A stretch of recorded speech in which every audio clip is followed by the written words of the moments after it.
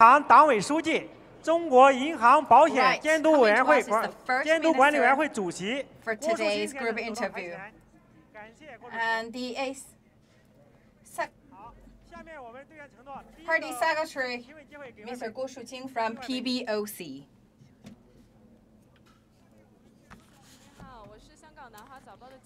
And the first question goes to the foreign media. From Hong Kong, I have 8 questions regarding the financial institutions opening up. And we witnessed that there are a lot of policy actually released in this regard, and the foreign market really interested in the Chinese market. So what's our next step in opening up our financial sectors? What's our key areas to implement and also bring more benefit to the Hong Kong-related companies? After the 18th Party National Congress, with the strong leadership of the Party Central Committee with Comrade Xi Jinping at its core, we have seen the major progress made in the opening up in financial sector, and we achieved great results. Especially last year, as we all know, General Secretary Xi Jinping mentioned in Boao Asia Forum, saying that China will speed up our openness to the outside world, and we will do it faster in a better way. So in terms of a banking and insurance sectors, actually, we worked on 15 matters, and a lot of them actually already put in action. So you can see that a lot of banks or institutions, insurance companies, or the branches of financial institutions already make their presence in Chinese market. And for the Chinese enterprises to also expand their scope of business, and we will do more this year.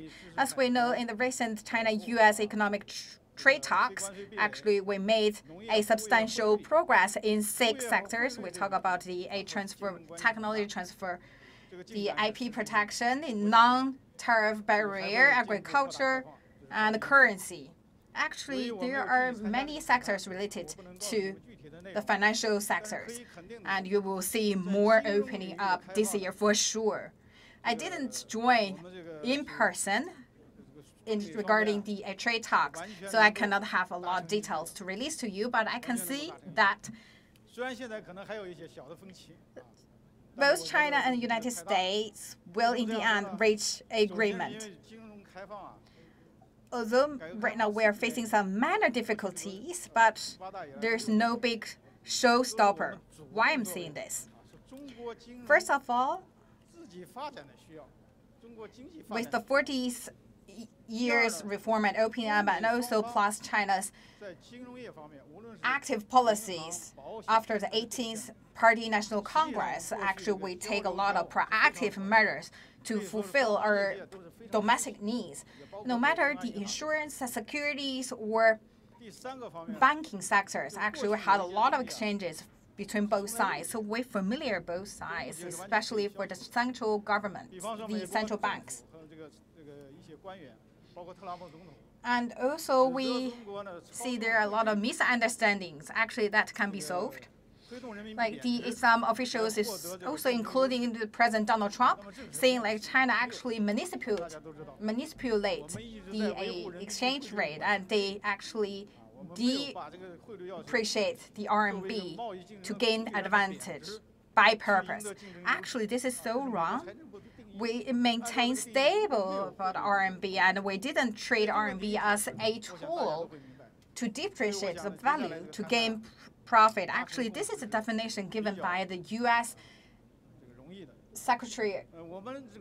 Treasury Secretary. So this is a misunderstanding. I believe if we solve all these misunderstandings, we will very easily reach agreement.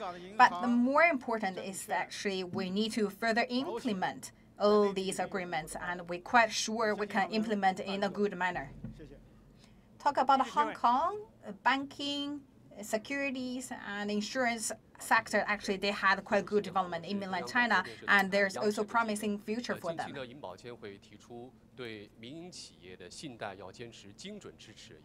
From CMG CCTV. Right now, we're seeing the CBRC and CSRC. They're saying that we need to give a targeted support to the private sectors. They're saying that for private sectors, they not really get enough support from financial institutions in terms of financing. How we can really give a support they really need and really let the private sectors can receive the equal support from the financial sectors along with their development. Talk about support to the SMEs.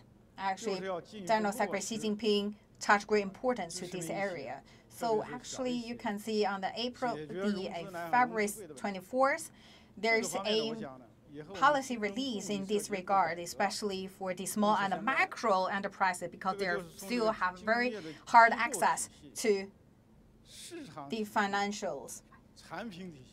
So this is very important and close linked to our work. So we look at the financial system, we talk about product system, we talk about the market-based system. All these to make adjustments.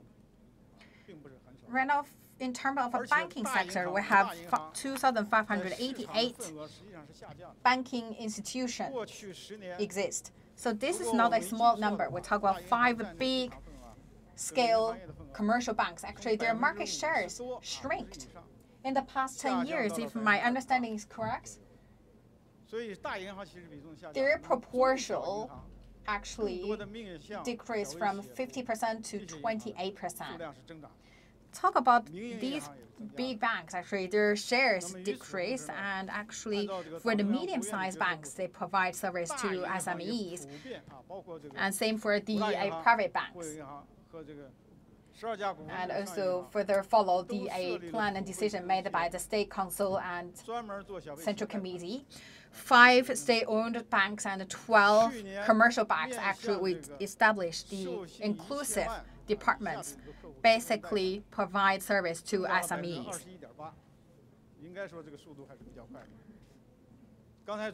So we provide the loans increased by 21%. So according to Premier Li's government reports, the number will increase to 30% and more. We believe we can achieve this goal. For SMEs, especially the small and the macro enterprises, they found really tough to get financing. So the challenge to banks is that we need to get enough information. So for the borrowings, you give the right amount of money to them to support their business, not for speculation. So you need to get your principal and the interest back. So the banks actually do a lot of exploration, like the CIBC and the construction bank. Actually, they utilize big data internet plus to help them to make improvement in these areas. So they can really give the credit, give the loans very fast, and the NPL actually just control less than 1%.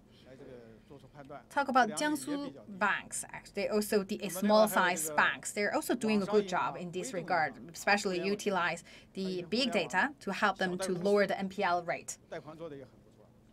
We talk about the internet banks and also the internet small loan companies. They're also doing a very good job. So this year we will further roll out this experience to other banks, especially the small, medium-sized banks. We will adopt better policies to support SMEs development. 谢谢主持人。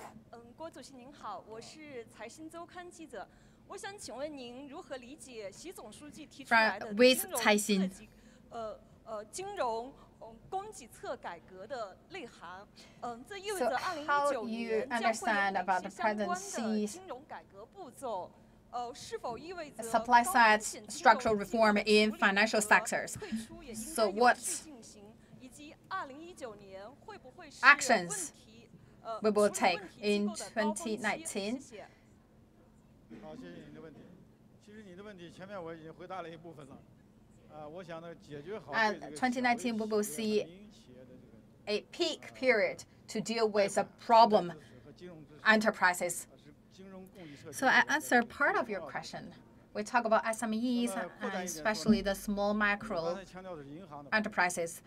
We will give them more support. Actually, that's also a bigger part in our supply side structural reform in financial sectors. I will talk about banks, and let's also talk about insurance companies. We have a big potential. So right now we have 160 billion that can invest into the SMEs. So we need to adjust structures and find the right way to do so.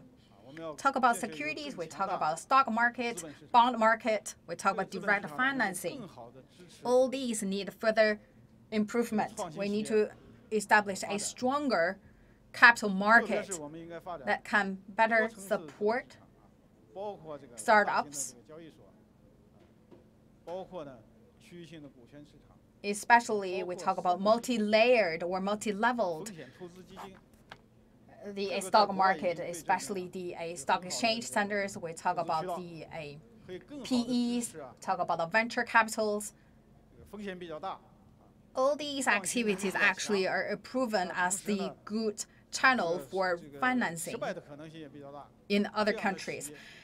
So we talk about the companies with very strong innovative capabilities, but also higher risks, because no one can guarantee there will be success by the end of the day. So we talk about the financial supply side reform that's cover a lot of details. We talk about we should be bold. We talk about we take a lot of actions, and we will take actions in banking, in insurance, in securities. Without innovation, nothing can be achieved, especially the global issues like the tough financing issues facing by the SMEs. Right now, China is doing a good job, fairly good job in these areas. But I also would like to emphasize that in the recent years, there are many chaotics happened in financial areas. A lot of them actually with the name of financial innovation or technological innovation. Actually, they are doing the illegal fundraising or illegal financing, illegal saving attractions, and also other wrongdoings. This is really harm to the society, to the enterprises, because the cost is so high. Another is for our general public. They also fall in the trap. So we need to be more cautious, and we should really guide the society that we should not really borrow money to join these illegal behaviors, because the risks are really high, and also rely on our media friends to really educate the public. High profits or high returns also means high risks. Thank you very much.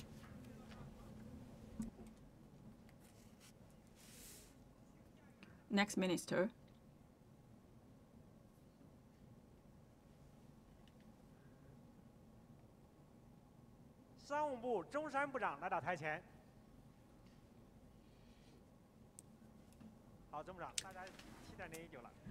So Minister from Ministry of Commerce, Mr. Zhong Shan.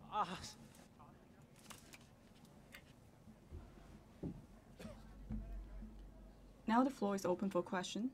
部长好，我是英国路透社的记者，请问，在与美国贸易协议的磋商过程中 Thank you. I'm from Reuters.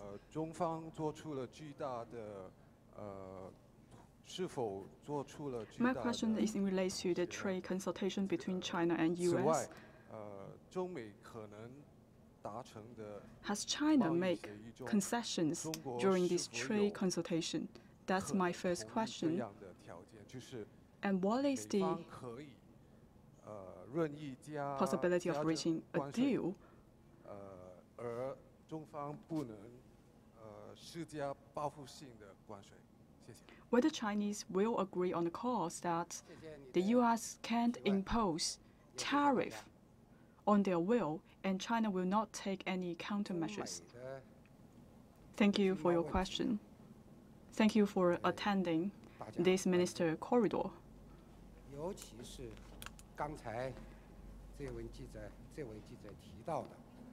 The trade issue between China and U.S. has drawn public attention.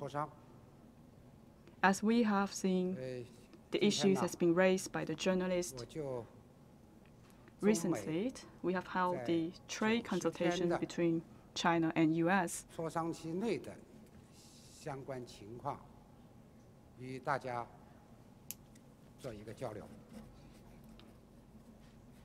And today, I will give you an update on the latest development over the 90-day truce.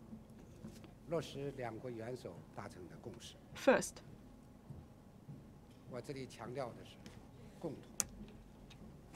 China and U.S. has been actively acting on the important consensus made between the two heads of states. I would like to emphasize this is a joint effort between the two countries.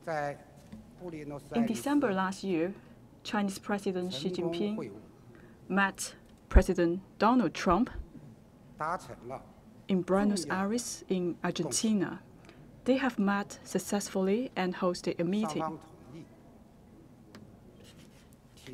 An important consensus had been made.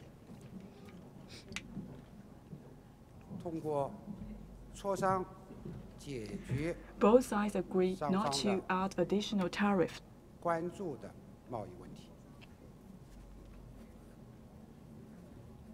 And the disputes will be settled through consultation and dialogue.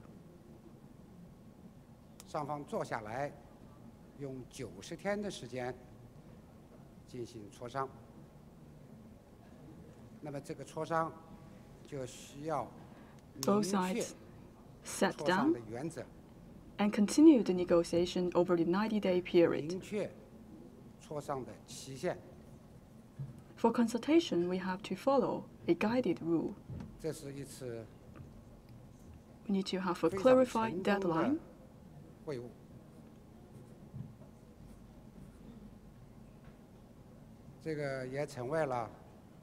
That was a successful meeting between the two heads of state.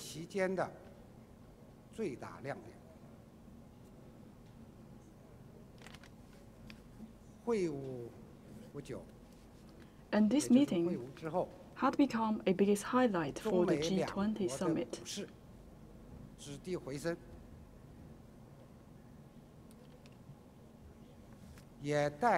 After the meeting, we see the stock market has thrived. This will also help to improve the general stock market in the world.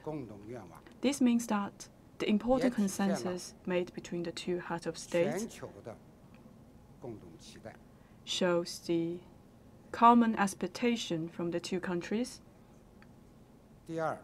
and also reflects the expectation from the world.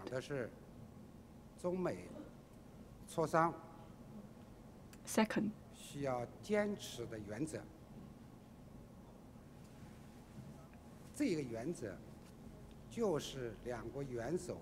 I would like to emphasize the principles for the China-US trade consultation.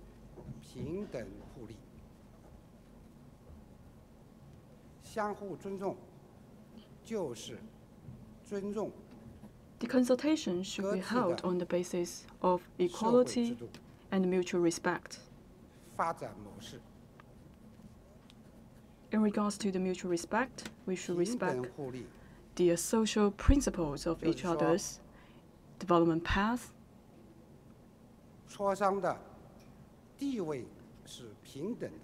As to equality and mutual benefit, both sides have equal footing for the consultation. And the outcome should benefit both sides. During the 90-day truce, The two delegations have strictly followed this principle for consultation. 大家很关注的，希望了解的一个问题，就是磋商的进展情况。 This is the topic that everyone wants to attach great importance to. It is about the latest development for the consultation between China and US within the 90-day negotiation period. China and US held 3 times of high-level consultation. 作为习近平主席的特使。 Not long ago, Vice Premier Liu He, as the special envoy of President Xi Jinping, had led the Chinese Economic and Trade Delegation for another round of negotiation at Washington, D.C. The negotiation was tough and requires hard work. When I say tough, it means that for the two countries, we have different social structures, culture, and the development stage. We have many differences between the two countries.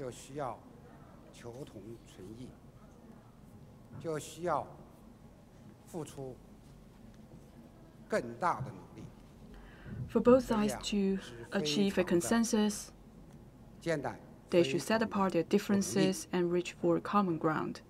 And it requires concerted efforts for both sides. That's why I say it is a tough negotiation, which requires hard work.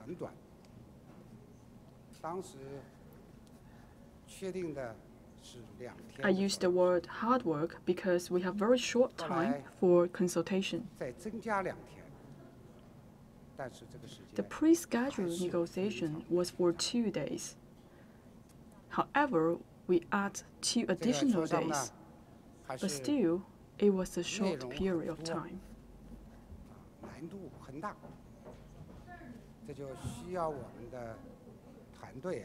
There were many topics covered during the negotiation.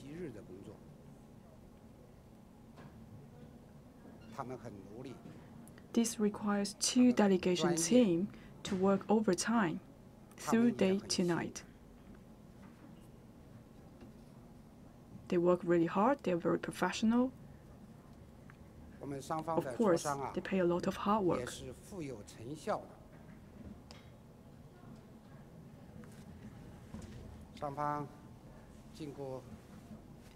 And I would say it was a productive consultation.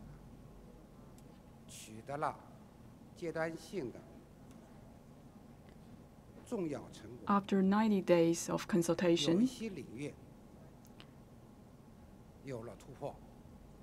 we have made notable progress. And we make breakthroughs in certain areas. According to the outcome for the negotiation, both sides agreed to extend the time for negotiation.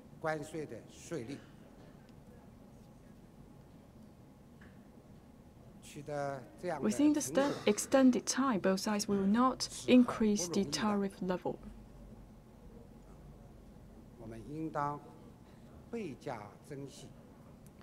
It is not easy to accomplish such an outcome.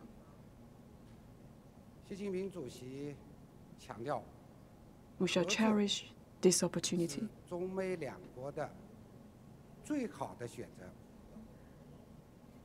General Secretary Xi Jinping pointed out that cooperation is the best choice for China and the US. Currently, the 2 teams are continuing the negotiation. We have a lot on our plate.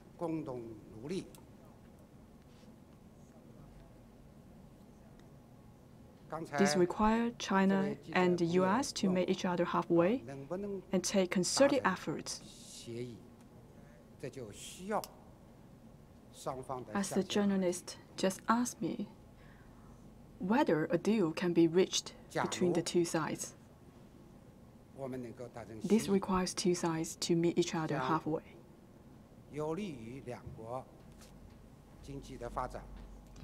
If both sides can reach a deal, this will benefit the economic development and also do good to the global economic development. Thank you. Thank you. 下面有请下一位部长。 And later, Mr. Zhongshan have a special news press conference later. 感谢交通运输部李小鹏部长再次来到我们部长通道，感谢李部长。好，下面请大家提问。 Coming to us is the Minister Li Xiaopeng, once again come to our corridor, and he's the Minister of Transport. Good morning to our friends from the media. You work really hard, and really glad to meet you all once again here in the Minister Corridor. And I would like to appreciate all your support and the care and monitoring of our work. From Qilu Evening News. We know actually for the car hauling system, that's a lot of attention paid by the public. So for the new policies in this regard, whether receive people's support and how the things go, whether things going well, and what's your next step? Thank you for your question. We talk about the car hauling actually is a new form of business. The development of this new way actually facilitates people's transportation. Of course, there are some issues happened in terms of safety issues. Safety issues that should be safeguarded by both government and enterprises. We'll talk about our new policies. Actually, you refer to the two documents released in 2016. One is for the taxi industries. Another document for the car hauling management documents. These two documents, plus a set of policies to implement our work. Right now, we already achieved some progress. Right now, the 29 provincials or the regions have their policies and also have the detailed action plan. 111 car hauling companies received the licenses. We'll talk about the drivers, and also the car licensing works also speed up. We can see that right now we bring a well-organized track to the car hauling industry, same as other emerging industries. Car hauling industry actually bring a round of progress to the job creation, to technology innovation. So for us, we give our support to the development of new industry, and we will also find a accommodative and a prudential way to solve the issues. I would like to emphasize that no matter it's the new form or the traditional industries under the umbrella of transportation, that's all actually with the aim to provide service to our people. So the safety is always top of our agenda.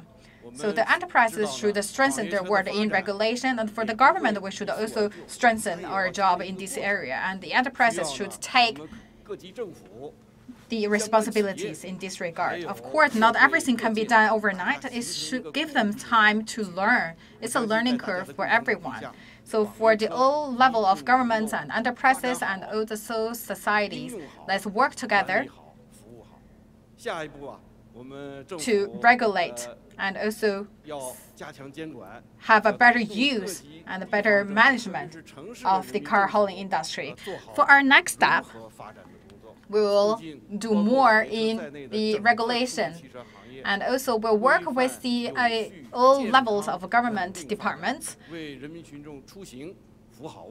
to regulate and develop the car hauling and the taxi industry in a healthy and sound way and provide better service to our people.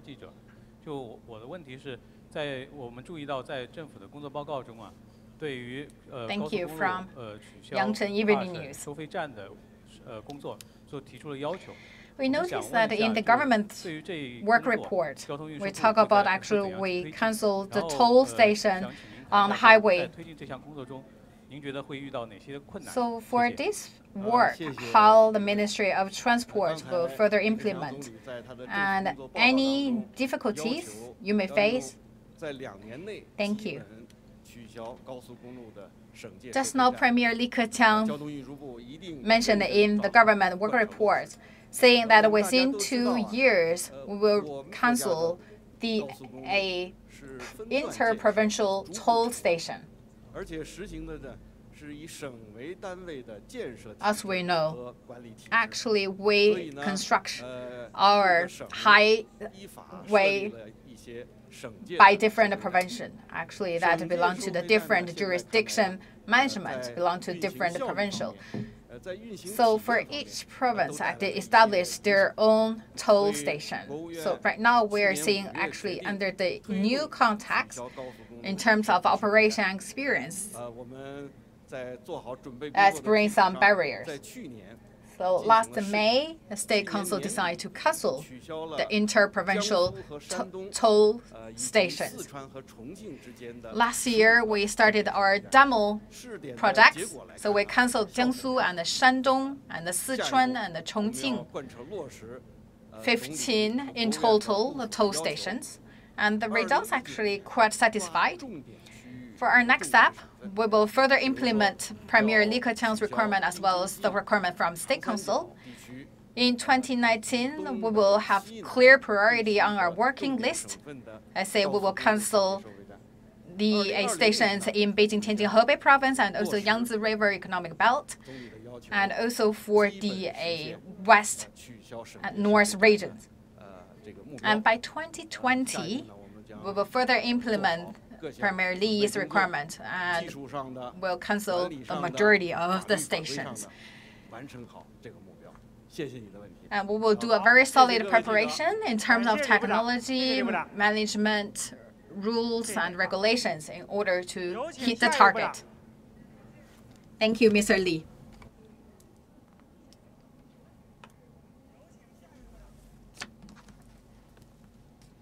海关总署李岳峰署长来到台前，谢谢李署长。好，下面 From 大家 China 提问。 Customs. 好，谢谢主持人。署长您好，我是中国国际 Now 电 the 视 floor is 台 open for CGTN questions. 的记者。那我们知道啊，近年来中国外贸的这个增加，那么 Mr. Minister, I'm from 国家呢已经 CGTN. 是全球贸易第一大国，但是很多国外的媒体 In 呢 recent 提 years, 出 we have seen 当 a 前 rapid 呢 growth 国 of 际 foreign 市 trade 场 in 持续 China, 疲软，中国 and we 近 are 来 actually 不容 number 弱 one in 那么可否 trading 请您 goods. 详细 However, 地介 for 绍一 some 下我国 foreign 当前 media, 的外 they 贸 have 情 indicated 况？ that the global market is quite plain, and they're not optimistic about the trade market in China. Can you give us some introduction about the trade market in China? Thank you for your question. Taking this opportunity, I would like to extend my heartfelt thanks on behalf of the General Administration of Customs. Thank you for your strong support for our work. In 2018, China has witnessed a remarkable progress in the foreign trade. There were several features for that. We are pursuing progress while ensuring stability in import and export. China has maintained #1 position as the trading goods. The General Secretary Xi Jinping has proposed that the idea to host the CIIE, and this has been successfully completed last year. And last year, the import of China, as its share to the global market, has been increased. The proportion has been increased by 50 basis points. The current proportion is 10.7% in the import market. In terms of the export,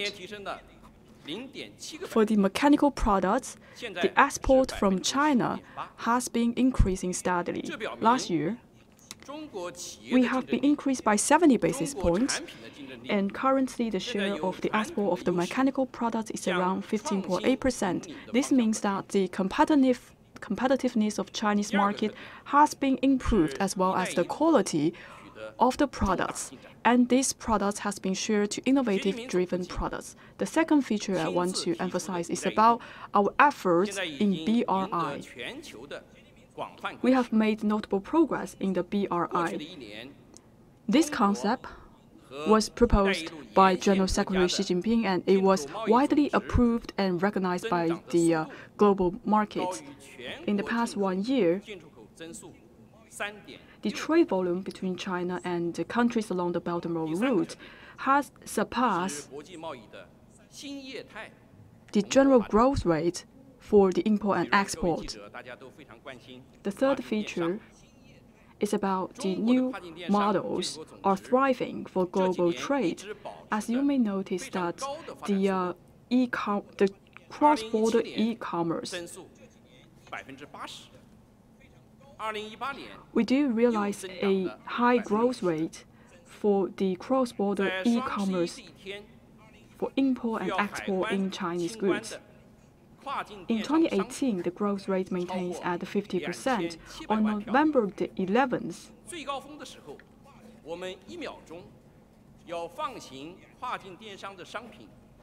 there were over 27 million units needs clarified by the China customs. At the peak hours, we have to check at least 1,000 units per second. This has actually posed challenges for the China customs. Our team worked overtime, and actually, China is the first who used the AI technology to scan some of the products. In this way, we can ensure effective regulation and supervision and deliver a fast speed for the custom clearance. The fourth point I want to mention is about the business environment. According to World Bank reports, by the end of 2017, the business environment in China has ranked 97 in the world. Last year, with reform and opening up, the position in China has moved up 32 places. By taking this opportunity, I would like to extend my heartfelt thanks to relevant authorities and localities. In the past, the China customers has to check at least 86 certificates. Last year, we worked together for the reform and actually streamlined the process for the certificates.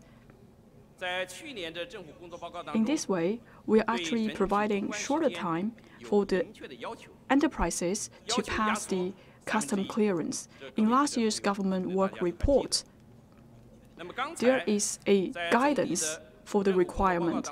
The requirement is that the clearance time should be reduced by 1/3. Just now, we have heard the 2019 government work report, and Premier Li just shared us the result in the past 1 year. In 2018, actually, the time was shortened by half. So we have successfully delivered the goal that has been set by this State Council. Going forward, we will fully implement the guidance from General Secretary Xi Jinping and strengthen the regulation and improve the service.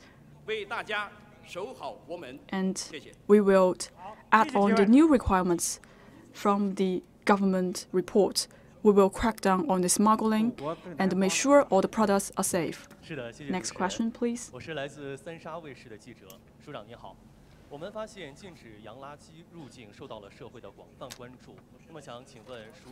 From Sansha Satellite. We have noted that we are forbidding the garbage taken from overseas. I want to understand what are the measures that are taken by China Customs to deal with this issue. Thank you for your question. For prohibiting garbage coming from overseas, General Secretary Xi Jinping has made very clear guidance. It is a way to protect the ecological environment. Over the past 1 year, we have fully implemented the guidance and instructions from General Secretary Xi Jinping and stay committed to crack down the smuggling. And we are strengthening our regulation and supervision on the flow of the solid waste. In cracking down the smuggling, last year, we have conducted 5 rounds of inspection and crackdown activities on the solid waste. And we also made solid progress in our program Blue Sky 2018. I would like to express my thanks to all of you for your coverage about the Blue Sky 2018 campaign. The success cannot be achieved without your support. China calls for joint action because if we all work together to handle the solid waste from overseas, then this problem will be easy to solve. If some countries take their actions while others not, it is difficult to solve the problem of handling the solid waste from overseas. There are over 75 countries participate in this campaign. This means that many countries attach great importance for the usage, recycling of the solid waste. And the second work we have been made is to strengthen the supervision. At the port, we have a very strict mechanism to manage the solid waste. We are also inspecting the containers and check all the imported solid waste. If there's no equipment to facilitate this effort, so we will do it manually. And we are making sure that 100% of the container will be checked for the solid waste. And we do see a large decline in the import of the solid waste. And last year, we have seen a decline by 46% of the solid waste. And also, we will carry a follow-up inspection in this regard. Last year, we are fully promoting the integrated action, and we are doing inspections and supervision before the solid waste are loaded on the vessels.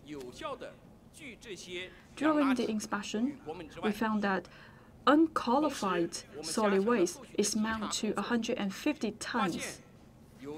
We have to better manage this process to make sure that this solid waste will not enter China.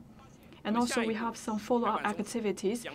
If we find some companies are violating the rules, we will actually overhaul their business license. Going forward, China Customs will continue to act on the decisions that has been made from General Secretary Xi Jinping. And we strictly crack down on the smuggling of the solid waste.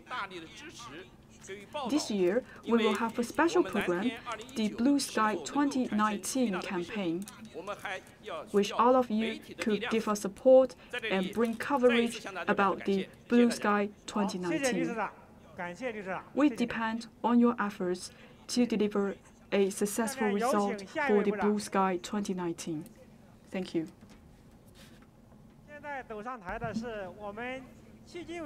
Let's welcome the next minister.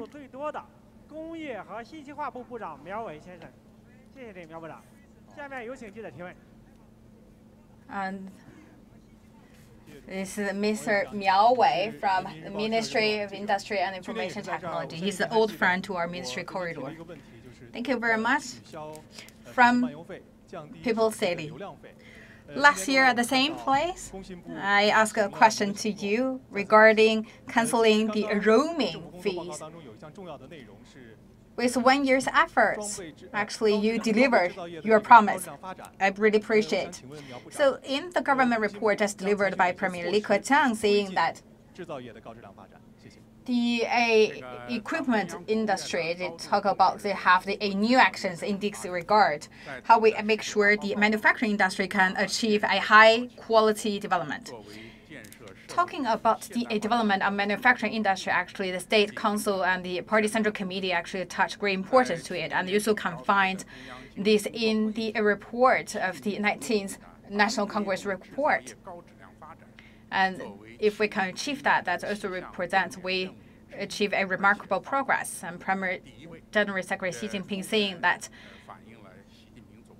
we have a 7 priority task to be hit, and one of it, and also the top of that, the 7th priority, is to achieve the high quality development in manufacturing industry. This showcases the importance of our task.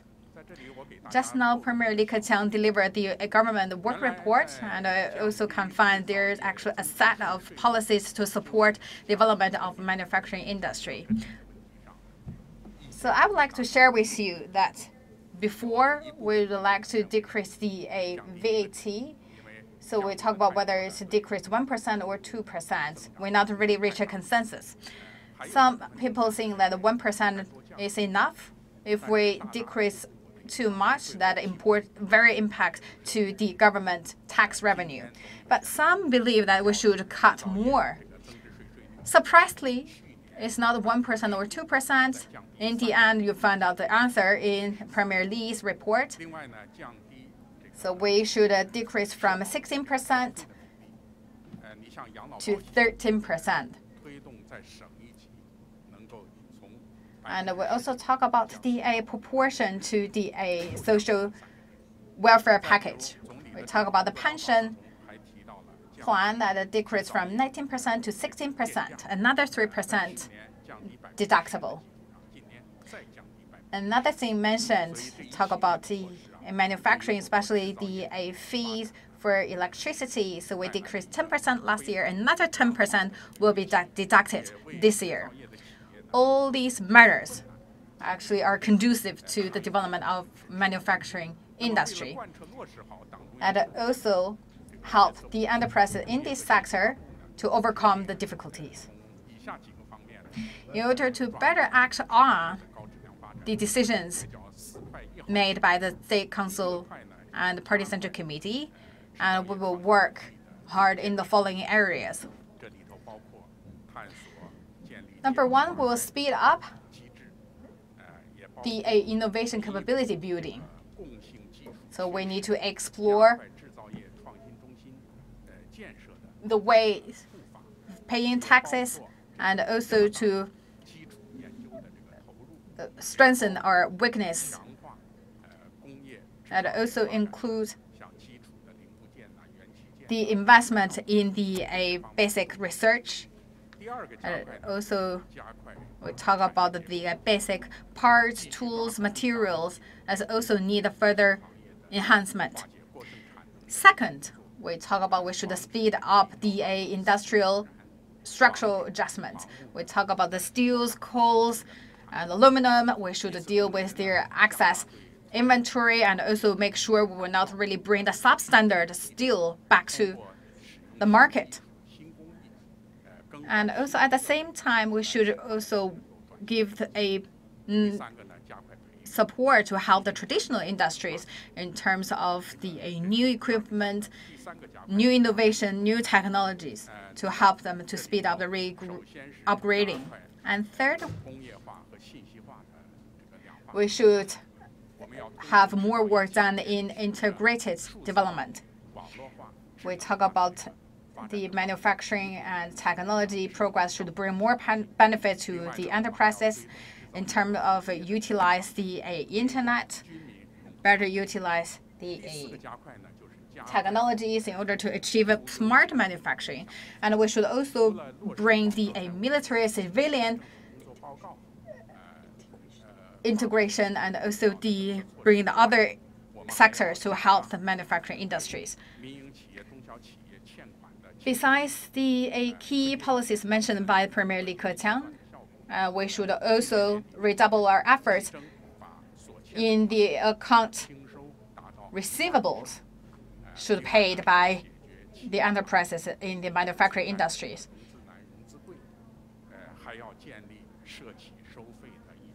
And we also need to solve the tough access to financing. And we also have other lists to help us make a good job. Fourth, we should create an enabling environment for manufacturing enterprises to develop. So we should move forward to streamline the powers to provide better services and regulations. We should really help them to shorten the time for registration and cut red tapes. And we also should really help them to level a playing field and also to crack down the barriers in the ownership and the discriminatory issues. And for enterprises in all sizes, they can have a equal footing for development. And also we should be further opening up to welcome overseas companies to invest in China, develop in China, and we also can enjoy the shared opportunity. And we also encourage the capable Chinese enterprises to the countries along the Belt of the Road to provide the better service to the countries along the route and achieve win-win cooperation. Thank you.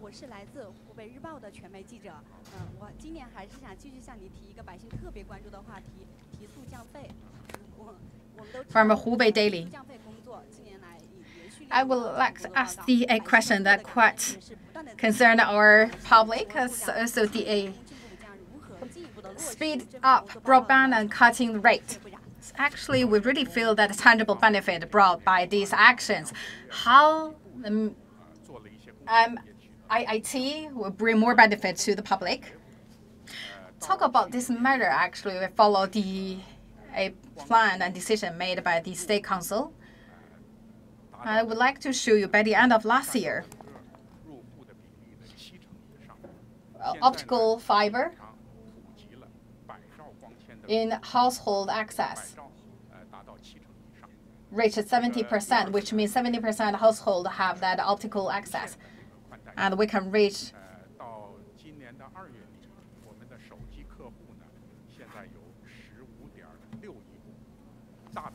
100 megabytes. So right now we have the 1.56 billion mobile phones holders. We're not really taking the population of the elderly or the young kids, which means this number showcases that one people may have 2 mobile phones. Right now we're canceling the roaming fees and increasing the speed and also cut other rates. All these produce a very encouraging results. So a phenomenon actually seeing that we cannot really see the cable phones because the mobile phones replace them.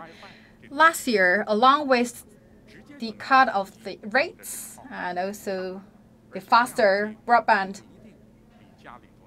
speed, right now you can see people use their mobile phones to use the internet service. They not really rely on the desktop to utilize the internet service. Of course, we know there are further expectations from the public, and in the Premier Li Keqiang's government report, we have a new actions to be done in this regard. First, we should have a double project in terms of 70% 100 megabytes household access to 1,000 megabytes. And we will further cut the rates. So it cut 63%. This year, an additional 20% will be cut. Third, for SMEs, for the special internet rates, we will further cut 15%. And fourth, by the end of this year, we will realize all mobile users can switch their mobile phones with the same phone number. So they can really freely switch the different service carriers. So no matter is the speed of the internet or the cutting the rates, all these can really help our people to fulfill their needs for a better life and also the consumption upgrading. I believe our work can also pay back to the users. Thank you, Minister Miao. Let's welcome the next minister. 感谢市场监管总局张毛局长，谢谢您。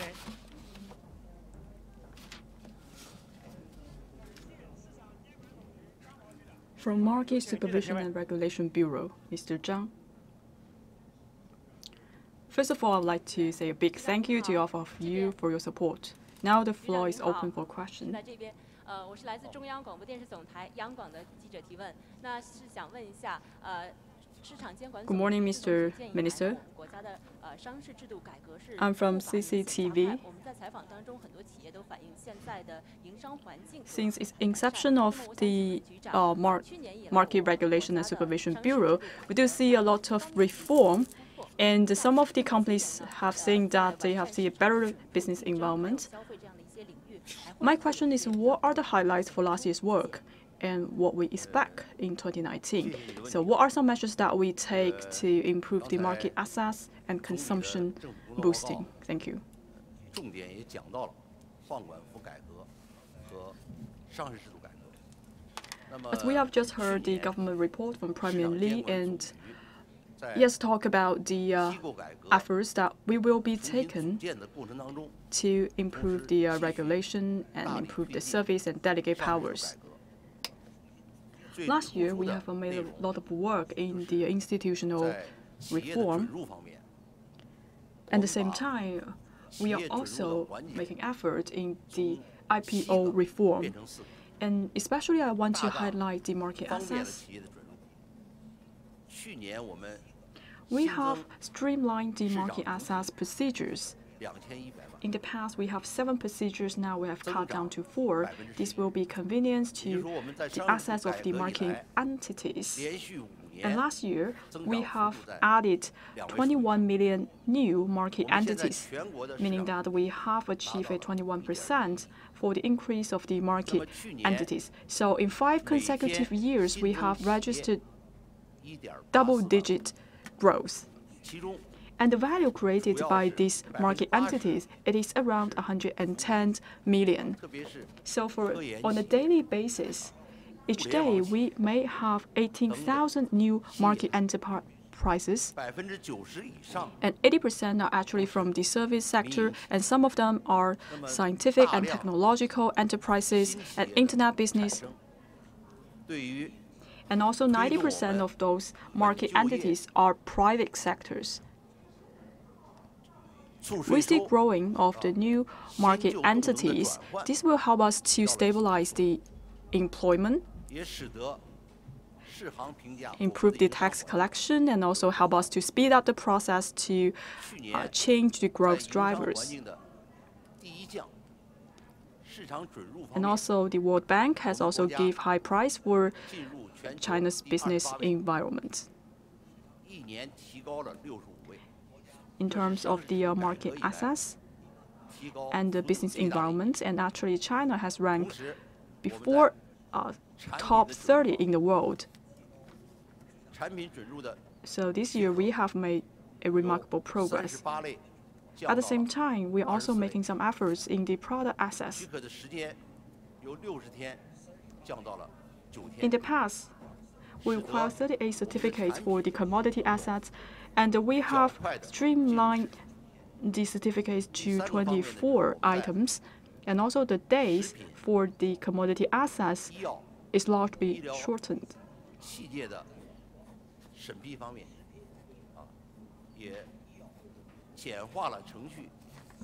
In the third aspect I want to talk about is the approval about the food, medical service, and pharmaceutical areas. And we also streamlined the processes. We improved the efficiency when we securing the safety. For the cycle for the approval of the trademark, according to the regulation, it is around 9 months. In 2017, the time period has been cut by 7 months, and back in 2018, the approval time has shortened to 6 months. And in this year's government work report, primarily, Ke Qiang has also set out new requirements for us. We should continue to consolidate the outcomes for the IPO reform, and we should continue our efforts to move forward with the separation of the business license and the permits. We should resolve the multiple problems that has been arising from this process. Some business, even though they obtain the business license, if they do not have certain permits, they cannot start their business. And last year, we have launched 106 types of reform. So we clarify and classify different types of business permits and cancel some of them and optimize some of them so that we can make sure that all the permits are valid and effective and serve the companies.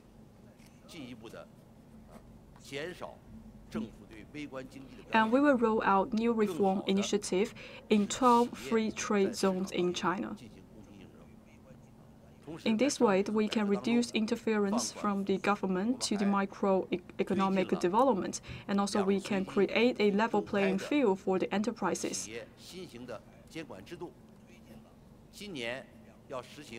And also, we launch an inspection mechanism to delegate powers, improve the regulation and services. And this year, we will receive random inspections from 16 departments from the State Council.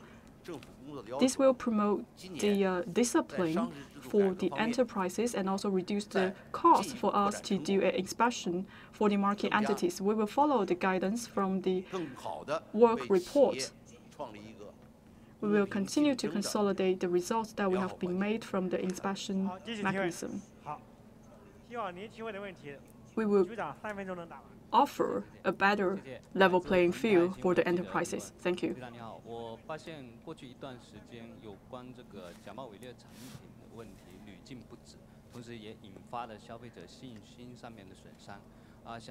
From Pengpai, I have noticed the counterfeit products issues, and it actually hurts the confidence for our consumers.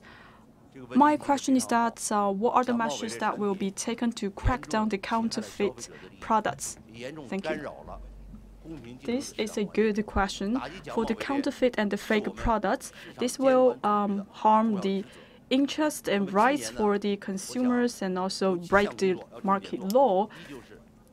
So cracking down on the counterfeit products is one of our priorities for our work. And there were several tasks that we have to fulfill.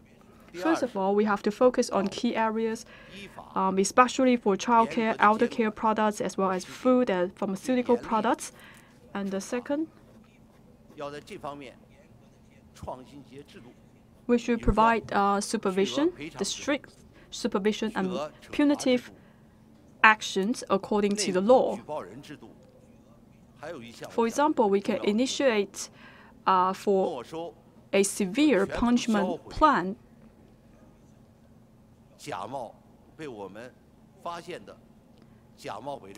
Most importantly,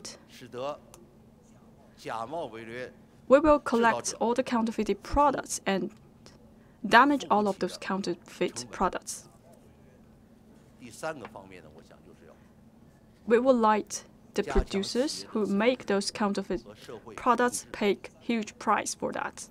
The third aspect I want to mention is that we should strengthen the self-discipline for the market entities and the joint governance from the society. We should improve the building of the credit system and improve relevant regulations and laws.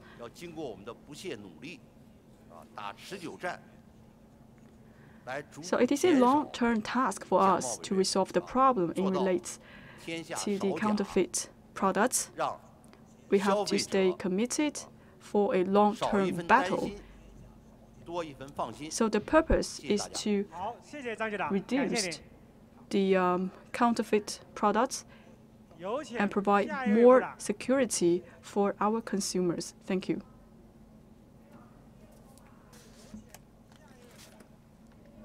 业农村部韩长副部长来到台前，感谢韩部长。 Let's welcome the next minister. 谢谢韩部长。下面有请 Mr. Han Changfu from Ministry of Agriculture. The Agriculture and Rural Affairs Minister. 韩部长你好，我是农事网的记者。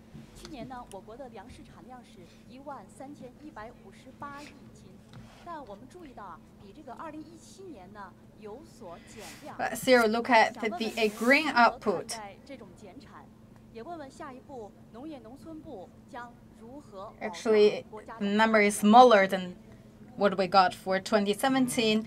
How we can understand this phenomenon and how the ministry can guarantee the food gain for the coming future. Food output or the grain output is always the topic. With a population of 1.4 billion, we need to, of course, eat, and we need the food for every meal. So Premier Xi Jinping saying that we should really safeguard the safety and security of food. This is always top our agenda.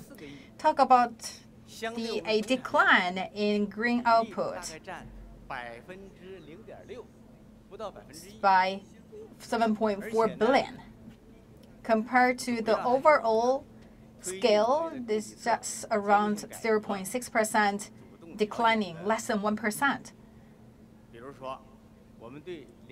And because that we actually take the proactive measures in the supply side structural reform. Actually, we did deductions in the corn places, and we actually bring the corn or tomato or other high quality seeds to these areas.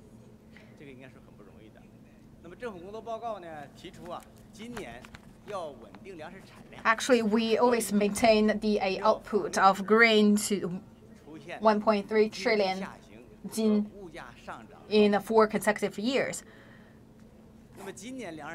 So we need to forestall the issues brought by the down pressure on economy and increasing of price. We need to stabilize the grain output, which means we should stabilize the cropland areas,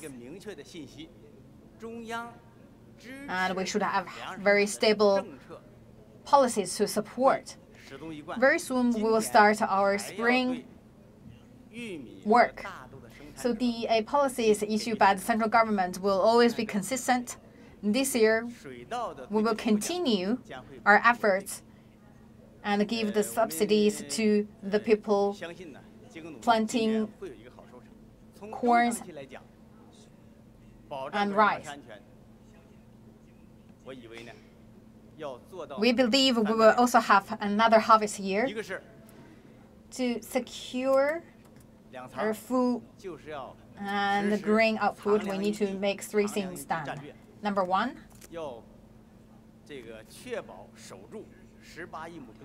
we need to have actually good storage of grain. Make sure we have the bottom line of 1.8 billion more of the cropland, and we also will further drive the seed industries plus innovation. Make sure what we're doing with a solid scientific and technological support. And second, we need to have a really good plan on defining the cropland and storage areas. By doing so, we can do a good job in securing the rice and corn. And third, we need to always make our farmers motivated. And we need to have the policies to support our farms to let them know they will have a very sound return.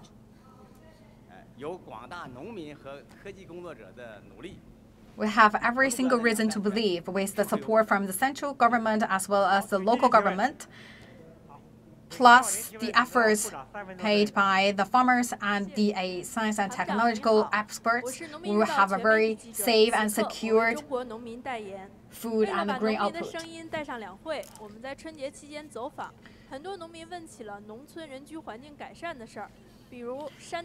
In order to bring the farmers' voice be heard at 2 sessions, we actually had a survey among the farmers. Shandong Wang Qiaoli is a farmer. He's saying that I paid a visit to my relatives. They had a really good toilet. So we talk about actually we had a round of toilet revolution. So this is actually a project. I show you the picture. This is from Shandong Laiyang.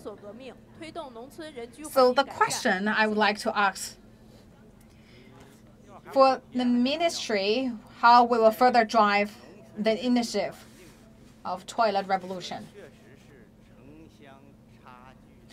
This is a very important project, as you mentioned. We talk about the living environment in rural area. Actually, that's a typical phenomenon in terms of a big disparity in urban and rural development. We talk about actually this is really lack of management. We talk about actually the really unsatisfied environment really impacts people's life. So we need to put the improvement of rural environment as a top priority in rural revitalization. The central government already had policies in this regard, and the related departments had their 3-year action plan. So my ministry, with other departments, actually we paid a visit to the demo projects areas. We talk about the rural environment actually already started nationwide. We need to have 3 revolutions to see a notable progress. Number 1, the revolution is toilet revolution. Toilet maybe is a very small issue, but actually reflect a big thing for rural residents. That's also a stopper for the urban residents pay a visit to rural areas. So President Xi Jinping always touched great importance to the toilet revolution, and he made several rounds of meetings and policies in this regard. This year, we will continue our efforts to make sure 30,000 villages covering 100 million rural residents to see the benefits from the project. And we will have grant 7 billion RMB in this regard. Another is about the household sewage issues. We will have a specific action in this regard. We will have a system to collect solid waste and to deal with the sewage. By doing so, this will make the rural areas cleaner and more beautiful. So we will have to clean up the packed waste from the livestock, from the agricultural works, and also help people to change their behavior and habits. This year, we will celebrate the 70th anniversary of the founding of a PRC. We will also bring more benefits to our rural residents. This is not an easy task. It's not just can finish within 2 or 3 years. So in our day-to-day life, we always emphasize. So we talk about actually this is an enduring task. We need to really bring the tangible and practical efforts to our people, not just for the sake of doing good to our people, but not really in a genuine way to bring benefit to our people, just for the sake of saying it. Actually, we found certain phenomena under this umbrella. We talk about a toilet. We're just doing a really good toilet, but no one uses it. This is really waste money and time and effort. We talk about this enduring task. Actually, we need to change the environment and the people's habits that's already carried forward for 1,000 years. This needs generations to achieve this. We need to bring a new look to the rural area. We need to make sure the rural residents can live a better life like the residents in urban area. Thank you very much. Let's welcome next minister. 中央台办国台办主任刘杰一来到台前。感谢，稍等，感谢刘主任。好。So the Minister of the State Council Taiwan Affairs Office. 谢谢主持人。香港中评社记者提问：刘主任您好，我们注意到这个今年的这个台海局势更加的这个严峻复杂。Thank you from Hong Kong Zhongping. 工作的这个挑战也是 Dear Mr. 增加 Liu, 了不少。 we realized that there is a tension for the situation between China and Taiwan, and also we have a lot of issues confronting with us about the issues affecting both straits.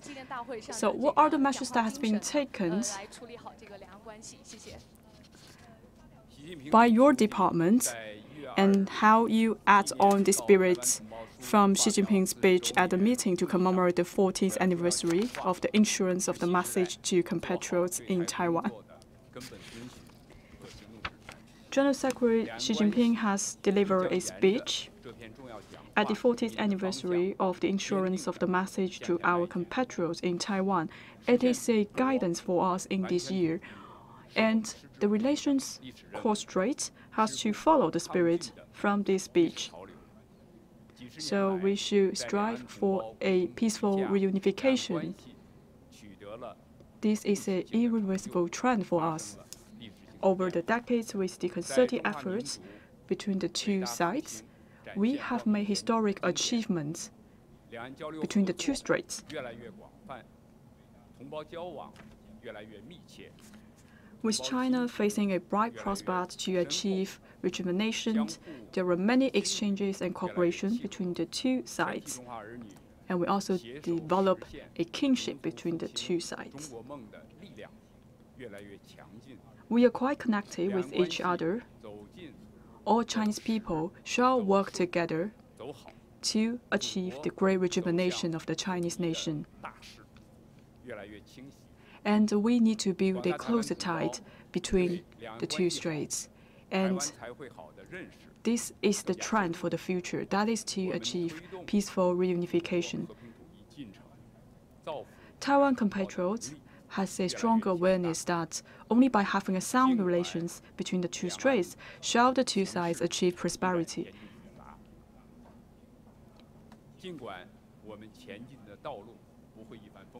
Even though we have a complicated tensions between the two straits, even though we have a lot of difficulties lying ahead, however, the aspiration of our people will be maintained. So for mainland China, we still control the trend, and we will head towards the reunification between the two sides. We stay committed to the peaceful reunification and the one country, two system. This is the best option that we will take. And we will show care and understanding to our Taiwan compatriots. So Taiwan is an indispensable part for China, and both sides belong to one China. This is a fact that will never change. And we have to make sure that the two sides will unite together in the future. The two systems will fully consider the situation in Taiwan and better serve the well-being of the Taiwan compatriots. After the reunification, we will continue to make efforts to secure the sovereignty integrity and fully respect the customs and also the social practices in Taiwan. We fully respect in this regard. At the same time, we will also safeguard their religions and their cultural heritage. And after the peaceful reunification, the Taiwan compatriots will enjoy a much cozy and comfortable life, and they will have more broader space for development. Systems are not the only barrier for separation and the independence. We would like to work together with the Taiwan compatriots, and we should stick to the 1992 consensus and firmly reject the independence forces. And we should conduct democratic consultation with various political parties with Taiwan and discuss the future of the two sides and make contribution for the future development of the two sides. And we will move along with the peaceful reunification. We will firmly oppose the Taiwan independence forces. There were very few Taiwan separatists in Taiwan Strait, and actually they are the common enemies between the two sides. So both sides have the responsibility to fight against the Taiwan independence forces. So we will not allow any kind of behavior that damage the peace of both sides and also hurts the interest of the Taiwan compatriots.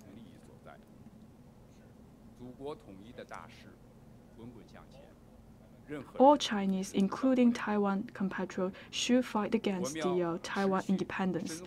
The peaceful reunification represents the future trend. It will not be held back anyone and any behavior. We will continue to deepen the coordinated development between the two straits. And both sides actually belong to one family. We share the community of shared future. We should work together and seek for joint development. We should stick to the notion of one family, and we will also share development opportunities with Taiwan compatriots and provide better environment for Taiwan compatriots to study and work in mainland China, and will also provide equal rights to them to realize all of this endeavor. Last year, we have issued 31 preferential policies to the Taiwan compatriots, which is highly recognized by the Taiwan compatriots and also help to improve their sense of gain, satisfaction, and happiness. I would like to point out a lot of examples. Last year, there were over 2,000 Taiwan-founded companies receive preferential preferential arrangements from the central government, and over 800 Taiwan compatriots has gained professional certificates in China. And also some of them are getting awards for the labor service. More and more Taiwan compatriots and the younger generation from Taiwan came to China in pursuit of their dreams. We will continue to focus on people-centered development philosophy and bring tangible benefits to the Taiwan compatriots, address their concerns. And in the course of development, we should not let Taiwan compatriots lagging behind. We will work together and help them to conquer difficulties. And we will make our utmost efforts to realize the peaceful reunification. And we will create a broader space for Taiwan compatriots to develop and improve their self-generating impetus. And Chinese people from the both sides actually both enjoy the fine traditions from China. And we should elevate these fine traditions of China and keep improving our cooperation. The future of Taiwan actually lies in the reunification of China. And there is also an aspiration from Taiwan compatriots for better life, and this will be realized through the process of reunification. We would like to work with the Taiwan compatriots, work together, and pursue a peaceful development between the two straits, and strive for a great success in rejuvenation of Chinese nation and make a better future for both sides. Thank you.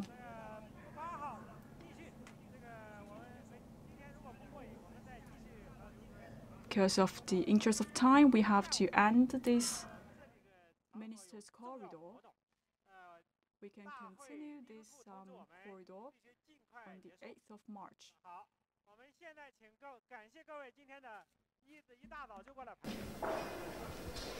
Hello everyone, welcome to join CGTN's live stream through 5G network at the Great Hall of the People. Today is the opening day for the 13th National People's Congress, and earlier this morning, China's Premier Li Keqiang delivered a work report which brought us a lot of information that will have a great impact domestically and internationally.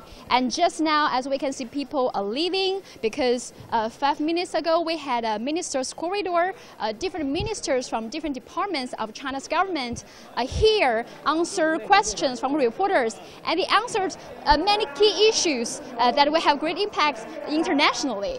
And today here we would like to share with you our takeaways from today's meeting and also this year's 2 sessions.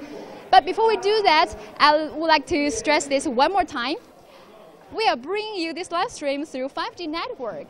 This year, the Great Hall of the People and the Media Center for the 2 sessions are covered by 5G network, which allows us to bring you this live stream much faster and much more convenient. And over here, also my colleagues, they're also journalists from CGTN Digital. Do you guys want to introduce yourself a little bit? Sure, I'm John Goodrich. I cover politics for CGTN Digital. And as Jingjing said, we're broadcasting in 5G. It's very exciting. Soon it'll be here for everybody, rolling out across much of the country, I think, over the next 2 years. But right now, we're testing it and we're trying it, and we hope you like it at home. Yeah, I think China is one of the first countries to try 5G network, right? Yeah. How about Jingnan? Yeah, my name is Zhou Jingnan. I'm with CGTN Digital, and I work for the politics section. And this is actually the 2nd time for me to cover the National People's Congress annual session. So it's definitely exciting to be back here. And there were so many major issues of this year's 2 sessions, for example, from poverty alleviation, educational equality, tax reduction, and also further opening up and reform. So as a reporter, foreign reporter actually, cover major politics, political events in China for so many years. How many years have you been covering? How many years? 3 years. 3 years. You've almost been to all major political events in China in these 3 years. So how do you see this year's 2 session? Well, I think for most international viewers, then the things that stand out are the economic growth. People normally look at the defense budget as well. And also this year, there's a particular focus on the foreign investment law and how that's going to play out. And Premier Li brought up all those things in the speech today. We'll go into more detail in a moment, but I think Jingnan has some insights too. Yes, well, I just want to bring our audience attention to 2 figures that was mentioned in the government work report. One is the GDP growth rate for the past year, 2018. It is 6.6%. And if I remember it correctly, John, in last year's work report, the target was 6.5%, around that. Yep. So we can see those 2 figures are pretty much in line with each other. That means China's development has been in control and it has achieved its forecast. And also the other figure is for the GDP growth rate for next year, or for this year, 2019. It is between 6 and 6.5%. I think it is rare for Chinese government to set a range on the GDP growth. And I think that shows actually that the government is taking a more tolerant and more flexible attitude toward its economic forecast. Yeah, there is some interesting details in the budget report, particularly where Premier Li, well, not Premier Li in the budget report, but Premier Li in his speech, and also in the budget report, there's a stress on the risks that lie ahead, and particular emphasis on the structural reforms that still need to be carried out, but also on external factors, so talking about things like Brexit, a slowdown in multilateralism, a trend toward protectionism, and there's also a particular reference to the China-US trade friction that's ongoing. Obviously, the sides are still talking at the moment, and we're hopeful of a resolution soon. Right. Speaking of the China-U.S. trade negotiation, actually during the Ministers Corridor, while the Minister of the Commerce taking questions from the journalists, he actually touched upon this issue. And so he pretty much gave what the reporters are looking forward to. So he emphasized the necessity for both sides, China and the U.S., to implement the consensus reached between Chinese President Xi Jinping and his U.S. counterpart Donald Trump during the G20 summit in Buenos Aires in Argentina last year. But he also pointed out that the negotiation is a very tough one. And the reason why it is so tough is because there's a big gap between China and the U.S. in political systems, in cultures, and also in the stages of development. So to bridge that gap, more efforts will definitely be needed. But he also sent us an encouraging message saying that the negotiation is going to be extended, and during that period of time, no more extra tariffs are going to be imposed on either the U.S. and China. So I think as long as we are talking to each other, there's hope, right? Yeah, we need to communicate, that's for sure. Yeah, we talk about so many issues. For example, the trade conflicts between China and the U.S., the foreign investment law. So that's why I think our foreign audience need to pay attention to two sessions as well, because many people think two sessions are major political events that will affect China, but actually it will also have a great impact for the international relations, because we also talk about a lot of foreign affairs, economy, and for example, the foreign investment law. How do you see that? Well, China's such a huge economy now, a second or even the biggest in the world, depending on whose numbers you go by, that what happens in China matters to everybody else. So there's huge attention on the growth figures. I think the 6.5% band was not a big surprise, but as Jingnan said, it shows a realism and also a focus on risks. Was also showed that the government is looking realistically at what lies ahead. On the foreign investment law, then in the speech, there was Premier Li said that further controls over market access will be relaxed for foreign companies. The negative list, the companies which can't go for foreign investment, is going to be reduced, and also the wholly foreign-funded enterprises will be able to operate in more sectors. So there's a lot of encouraging things, and we'll see how the law plays out, which we'll hear about over the next 10 days or so. And do you feel these two sessions have some impact to you personally as a Chinese citizen?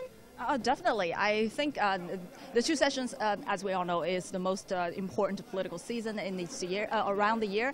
And whatever has been said or released actually sends out a very significant message. And I just read in one of the reports, that is a report by National Development and Reform Commission, that says the government is going to further implement the revised personal income tax law. And that actually is something I feel strongly about, because that revised law says that it adds a few more expenses tax reduction for items including elderly care, children's education, and housing, rent, and something like that. So, and I think it really affects people like me, you know, people in their 30s and having both parents to support and also their children to raise, and also maybe having mortgage to pay back. So I think this tax deduction is going to benefit us a lot. And also I feel the policies are getting more and more human-oriented, because it really gets to know what your situation is and how you are going to pay your tax. That's really touching personal stories. Like for me, maybe not my personal stories, but maybe for the people that I work with, I talk to, I interviewed, because I think I would like to say from maybe expats perspective, because last year's two session, the Chinese government formed a new department, which is the immigration department, specifically dealing immigration issues, because China is opening up wider to the outside world. There are increasing numbers of foreigners coming to China. So they formed a new department, and actually I interviewed a guy who is from Switzerland, and he just got his permanent resident ID card in China. He's also an entrepreneur in China. So from his experience, from his stories, he personally felt like the rules are much eased, relaxed, and wider. The green card for foreigners is extremely difficult, right? Well, I believe so, but I think Jingjing's experience was that this man thought it wasn't so difficult. Yeah, it's getting better. Yeah, he said it wasn't difficult at all, especially in recent 2 or 3 years. He felt like it's getting much more easier, and he sees many people around him getting this ID card, and it's really convenient for him as an expat living in China because of the train tickets, health care, all those issues. Makes everything easy. Yeah. So like you can see there are people passing us, and now this hall is almost empty because everyone is wrapping up, ready to leave this great hall of the people. And we will also wrap up. And this is only the third day of the 2 sessions. We still have 10 more days to go. So please do stay tuned. Stay at CGTN Digital. We'll continue to bring you more live streams through 5G network. So stay tuned. Bye for now. Bye-bye. Bye.